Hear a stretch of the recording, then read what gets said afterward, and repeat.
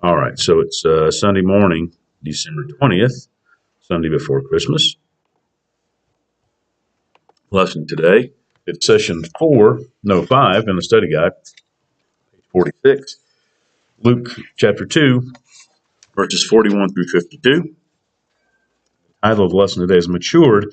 Now, this is an interesting passage in that I'm pretty sure, I think it may say it in the lesson today, that this is one of the few, if not the only, passage in the New Testament that talks about Jesus as a boy, not as a baby being born, not as Jesus as kind of the world knew him when he was in his after he turned around 30 or so and began his 3-year ministry on earth. This is when he is 12 years old, is what the lesson's going to be. And you've probably all heard this, the story that we'll go through today, but again, it's a pretty interesting one that sort of shows even when he was 12 years old that he was, for some reason, he had a wisdom and a maturity beyond his years. Strange that a 12-year-old could have that kind of wisdom and maturity, unless, of course, that 12-year-old is the Son of God. That kind of helps explain a lot of things, doesn't it? So, page 46 in the study guide is, again, the where we are. We'll start. The title of the lesson is Matured, and the subtitle says Jesus, as the unique Son of God, experienced human life fully and without sin. And that's among many unique things about Jesus. That's one that all of us, we experience this life, obviously, as humans, with all of the trials, the temptations, the ups, the downs, the goods, the bads, the pain, the suffering, the joy, the happiness, all of that human experience. Jesus had that as well. And while at the same time, of course, the other, I don't know how you kind of picture this in your mind or how do you reconcile it, he was also deity. Even, from a baby, he was the Son of God, but he lived this human life for a couple of reasons. One, I think it's so he could experience what we all experience, and then to be a lesson to us that Jesus lived a sinless life. We can't do that, but we can use his example, I think, in some ways of how to resist temptation when, hopefully his experience can help us. But also knowing that even when we can't, we have him to lean on. And then, of course, obviously he lived a human life because he had to die as a human being on the cross and then be resurrected as a human and then he ascended. So, but in any case, back to the lesson for today. I'm on page 47 in the context, and it says in the last lesson, I think it was the last lesson, or maybe the week before, Simeon, the prophet, and Anna, the prophetess, one of just a few female prophetesses that were named in the Bible, were at the temple when Joseph and Mary brought Jesus in for his dedication, if you will, 8 days after he was born. And so they got to see him. They got to see the Messiah, and they knew when to be there because they knew who he was. Right? But it says in the study guide, after their encounter with him in the temple, nothing else is known about his childhood except this passage. So here's where that reference, I knew I'd seen that somewhere.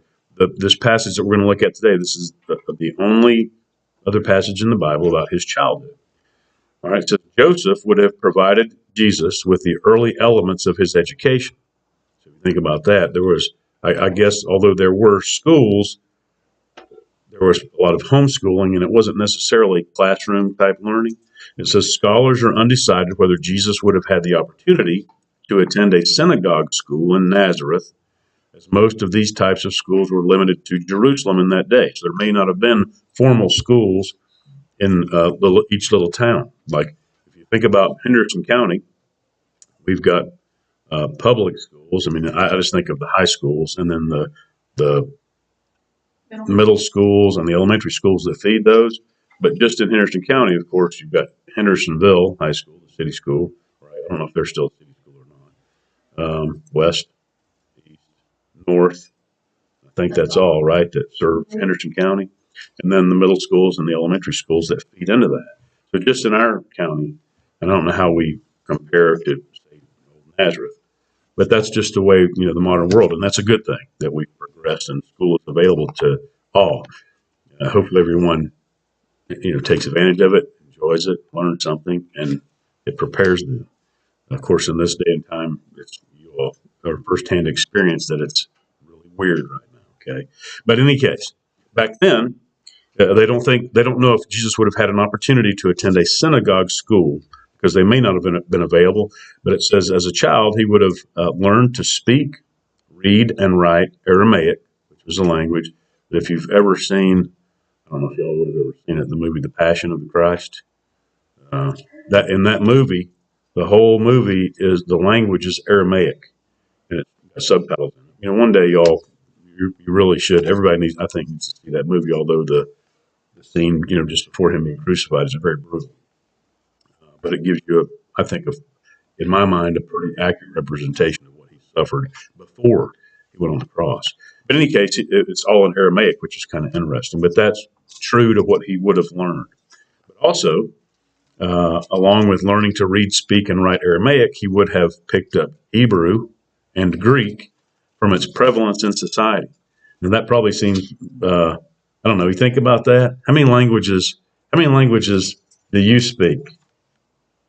I speak English and gibberish. Okay. So gibberish isn't really a language, but I understand what you're saying. I speak 5. Okay.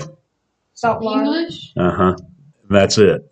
No. All right, let's hear him. Mexican? Uno. I don't. Great. Spanish. Okay. Fluently. Yes. All right. Gracias, amigos. Okay, well, that's good. Oh, then I got The 3 words that you know you're very good at. Do you take a foreign language? You're taking French, right? I would never claim That you speak it. fluently. Never would I claim it. That's right. You take a foreign language? yes. Okay. Okay. Spanish? You just speak English. I mean, I speak a little bit. Of because of schooling or because of some life experience? Well, I mean, if you grew up in a family, like for example, Cheryl's grandmother came here from Italy. So you'd think, you know, a lot of the older families, when the first generations came to the United States, they learn English. The kids, if the kids are born here, like Cheryl's mother was born in Wisconsin, but her mother had come and father had come over from Italy.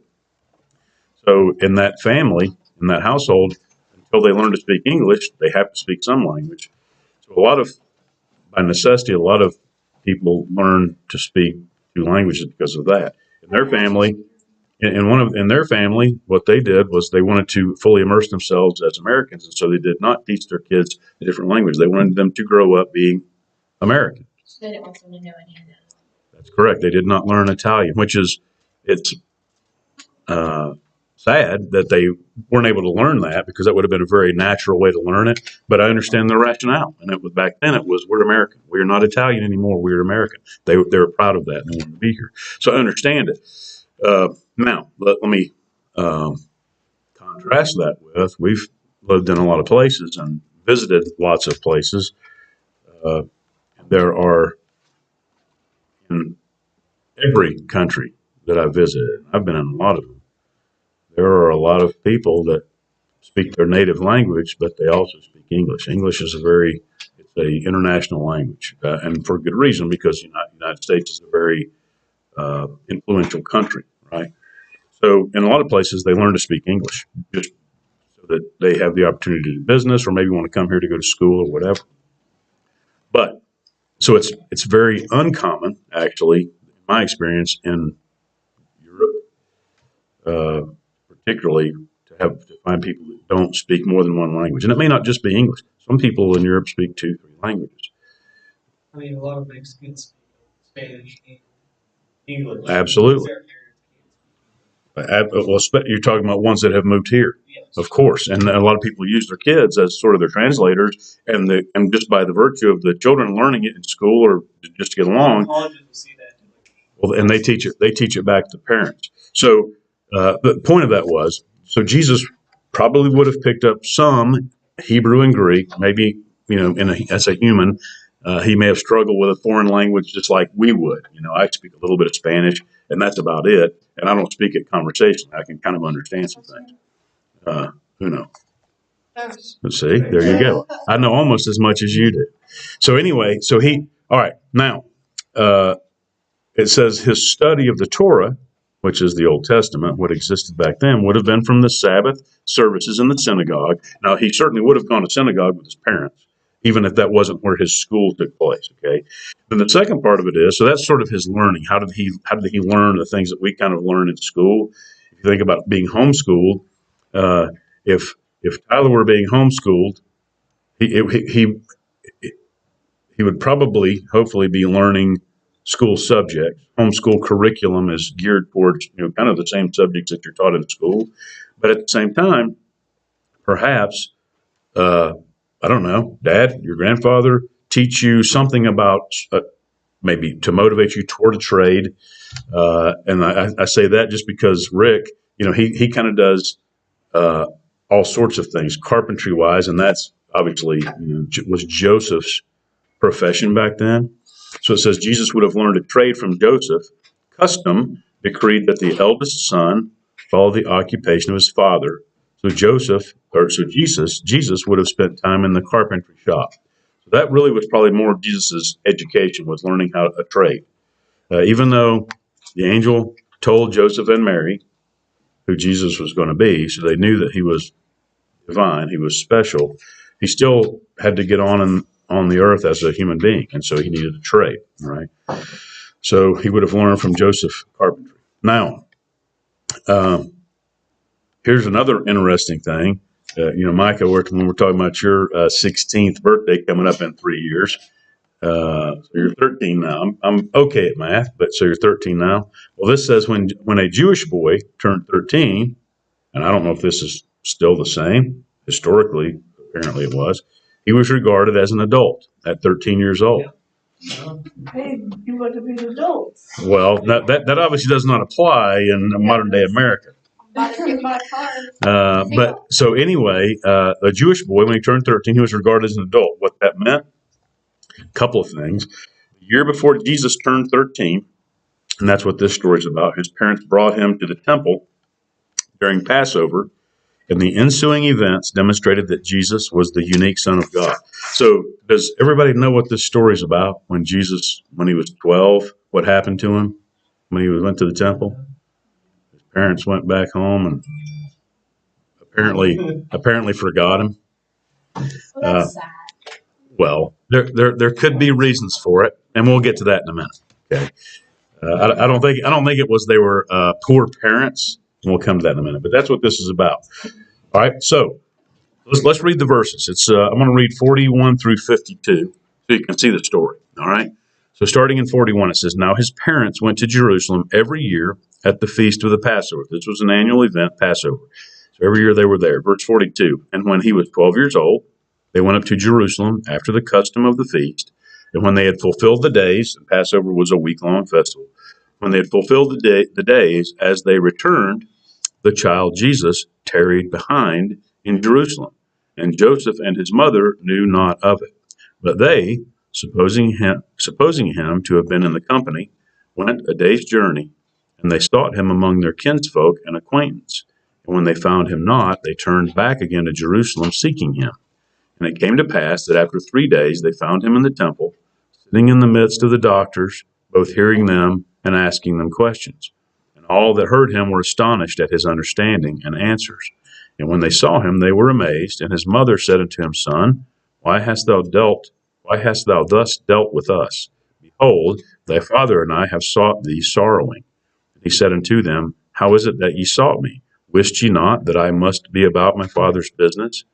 And they understood not the saying which he spake unto them.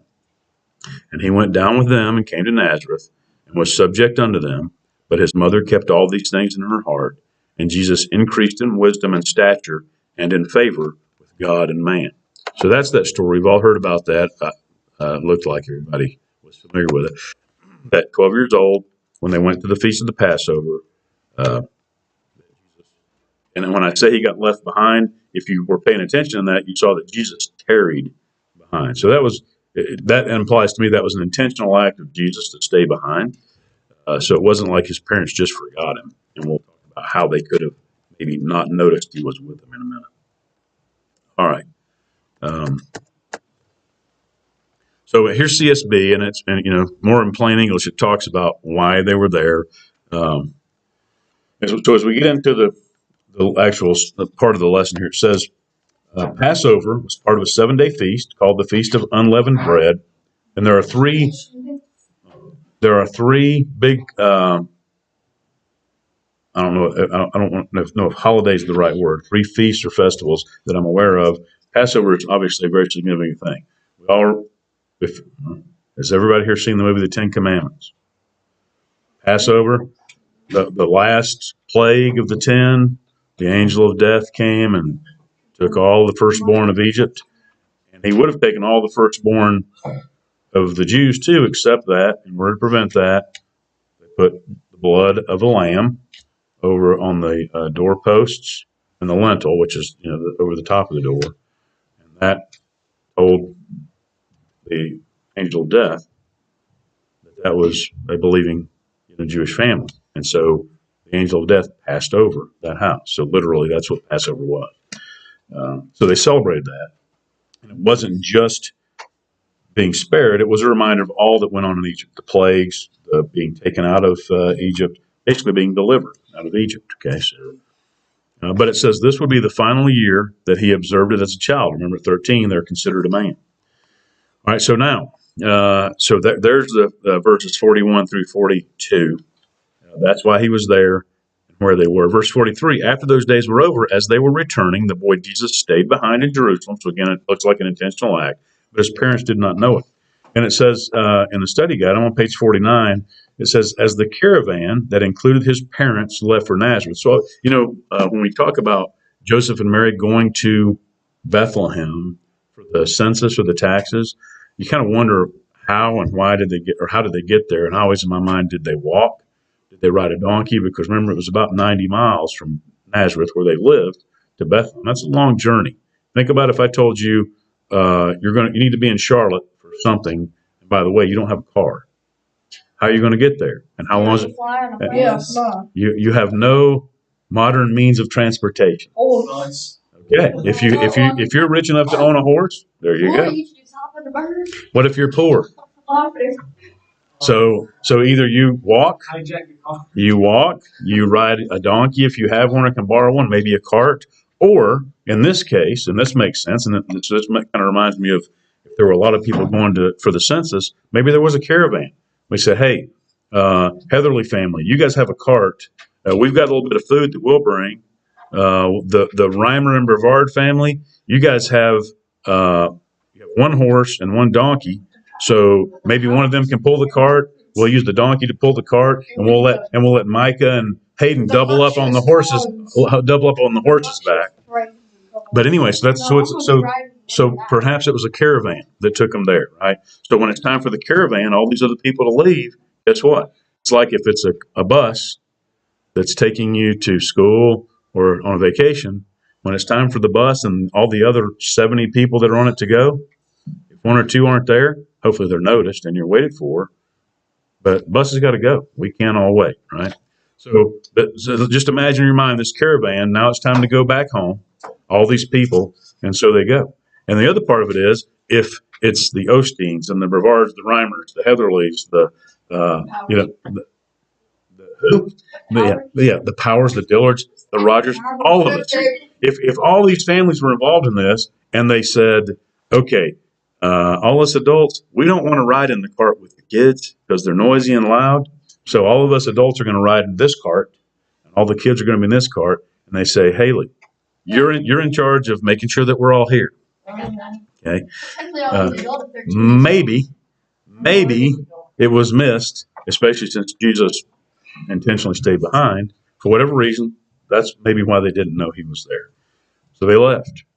They travel one day back towards home. Who knows how long the journey is? But after one day, they finish their journey. They get together at night back as the families. Yes, sir. What did Charlotte look like without the skyscrapers and stuff? It's kind of changed stuff. What did Charlotte look like without the skyscrapers? Probably if you look out that window right there, it looked just like that. Trees and sky. That's my guess. That's what it looks like. If you just look out where there's not buildings, that'll give you that's what everything looked like before there were buildings. So anyway, so they get together that night, and guess who's not there? Jesus. So, of course, Mary and Joseph were concerned because their 12-year-old son was not with them. So I would imagine concern went possibly to frantic. I mean, you think about one day when y'all are parents and you've got your little boy or little girl, and you go somewhere with them, you want them holding your hand, hold somebody's hand. How many times have you ever heard that? Or one day you'll say it, hold somebody's hand. So you don't get, well, and people have that now. People have, it's like a harness with a leash. Well, the purpose of it is because kids are like ants. They want to go.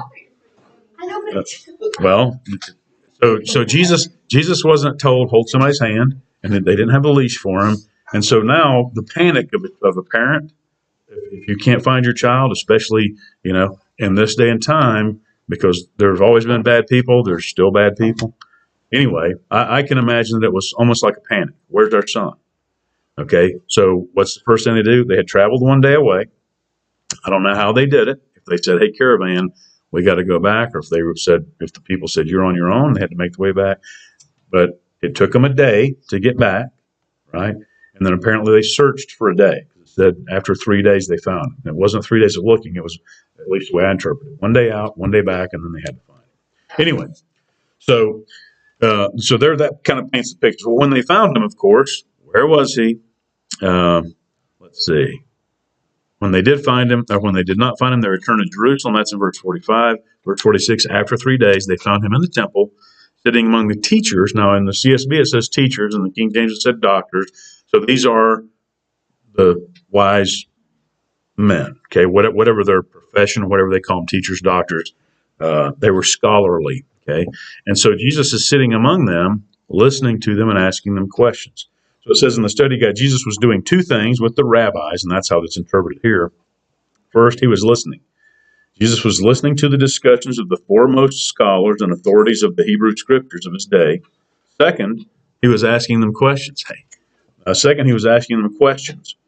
It says the degree of amazement that resulted from these two actions suggested that this was not passive listening and questioning. So the questions as he was listening, he was absorbing it. He wasn't just hearing them speak, he was listening. He was absorbing. He was participating actively in hearing. And then when he was asking questions, they were, it says they were not childish questions placated by simple answers, but were probing questions that challenged the authorities of the law and provided answers that the rabbis had not considered. So he was interacting with these scholars as a 12-year-old boy in a way that amazed them, okay? And Joseph and Mary were amazed when they saw that. And it's kind of interesting when we get to the next section here, verse 48. It says, when his parents saw him, they were astonished. And his mother said to him, "Son, why have you treated us like this?" And here's the kind of plain English. "Why have you treated us like this? Your father and I have been anxiously searching for you." And if you've ever been lost, I mean by that your parents couldn't find you, when they do find you, there's two things. There's a very great sense of relief that I found my child. And there's also perhaps a little bit of venting of the anxiety and the frustration of what were you thinking? Where did you go? Why did you do that? And I'm sure Joseph and Mary, their reaction was the same, although it's couched as, why did you do this? Because we were panicked. But anyway, they were astonished when they saw him and saw him interacting. It's interesting that it says, first of all, Mary said, "We're glad we found you. Why'd you do this to us?" With her, it says the words that she used normally meant physical torment or suffering. So that's how anxious she was, panic. But it mentions, as I said, the angel visited them and told them who Jesus was going to be, or who he was. So why were they surprised and astonished? Had they forgotten that? Who knows? Maybe it was just the fact that he was interacting in the way that he was, that it was amazing to them. But anyway, so when she says, Mary says, "Why did you treat us like this? How could you have done this to us? We've been looking for you." And Jesus' answer, in CSB, it says, "Why were you searching for me?" He asked them in verse 49. "Didn't you know that it was necessary for me to be in my Father's house?" And in King James, it says, and I'm paraphrasing, that I needed to be about my Father's business. So in the study guide, it says, certainly any good parents who lost their child would be searching for him. That's understandable. And his answer to them, it says, Was Jesus showing a callous disregard for his parents? No. He was simply stating to them, I'm here for a purpose. I'm doing what my Father would have me to do. Um, he was saying in the study guide, it says he was saying he was under compulsion or divinely ordained to be in his Father's house or about his Father's business. That was him as he was maturing as a human. He's also maturing in his role as God's Son. Okay. Again, it says Joseph and Mary did not understand what he said to them. How did they not understand? Had the angel not miraculously announced the birth and the angel came to Joseph? They just could not. Did they forget about Simeon and Anna's pronouncements in the temple when Jesus was a baby? It says, one must remember that even with these things, Jesus had apparently lived a normal life as a child without stories such as this one leading to amazement and wonder. Later, Jesus' own disciples would even be confused at the things that he did, even though he told them constantly who he was. It's almost like they would forget or doubt it over and over and over again. So it's understandable that Mary and Joseph may have seen him interacting with these scholars at a level of maturity that was way beyond his 12 years of age. Okay. Now, but once they found him, he explained to them, here's what I was doing. In 51 and 52, it says he went down with them and came to Nazareth and was obedient to them. And then as Mary pondered these things or kept these things in her heart. So once they found him, were amazed by him, sort of, I'll say chastised, what were you doing? What were you thinking? He said, I'm doing my Father's business. And he was obedient. He went with them. So it's almost like he resumed his life as what I would assume is kind of a normal 12 going on 13-year-old boy. Right, it says Jesus had just shined light on his divinity as the unique Son of God, but what happened next illuminated his perfect humanity, to that human nature. He went with his parents back to Nazareth. It says he returned as a dutiful earthly son to Mary and Joseph. It says this is the last reference in the Gospels to Joseph. So just as a side note, this is the last time that Joseph is mentioned when he goes back with his parents to Nazareth. And it says Scripture does not record what happened to Joseph after this point. Maybe historically, I'm not aware of it, but in the Bible, this is the last mention of Joseph in the Gospel. So Jesus' earthly father or guardian. Right? But it says the text carefully stated that Jesus was obedient to them. Luke probably emphasized this to note that Jesus did nothing wrong in this case and was not disobedient to his parents. He had a higher authority than his earthly parents and a higher calling with his heavenly Father. All right. And then to finish it, after he went back obediently with his parents in verse 52, and Jesus increased in wisdom and stature and in favor with God and with the people. So it says, what happened between Jesus' discourse in the temple and his reappearance at his baptism some 18 years later? Because there's no, like I said, this is the only mention of him as a young boy, 12. And then think about he reappeared as the prophet, the Messiah, Jesus walking on earth, his ministry, when he was about 30, so 18 years later. There's no record of it, but it says what happened. This explains it. He increased in wisdom and stature and in favor with God and with people. All right. Let me find this part. I don't know how I missed it, but for 13-year-old, basically it says it talked about at 13, when you become an adult, that you are, one of the things it mentioned was that you are eligible as a Jew. It took apparently 10 men, if you wanted to take 10 men and go stand up a synagogue. Okay. And at 13 years old, you were considered, you could be one of those 10 men. So a lot of responsibility came on to the young men at 13 years old. So we'll start thinking about holding our young men accountable at 13 as well. All right, questions on Jesus at 12 being lost in the temple.